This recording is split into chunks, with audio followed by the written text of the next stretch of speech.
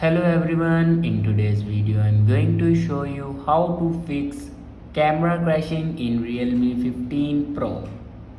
So let's start the video. First of all, open settings. In settings, scroll down and here you can see the option apps. Now click on app and then click on app management.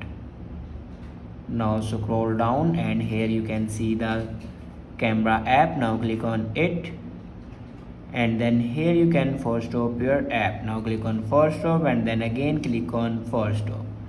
After force stop your app, then click on storage usage and then here you can clear the cache memory of camera.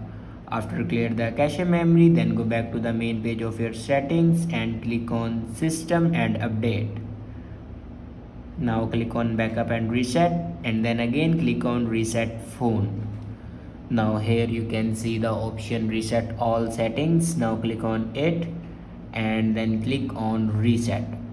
After reset all the settings, then go back to your home screen and restart your device. For restart your device, press and hold power button and then swipe up to restart your device. After doing these steps, your problem will be fixed. I hope this video is helpful for you. Thanks for watching.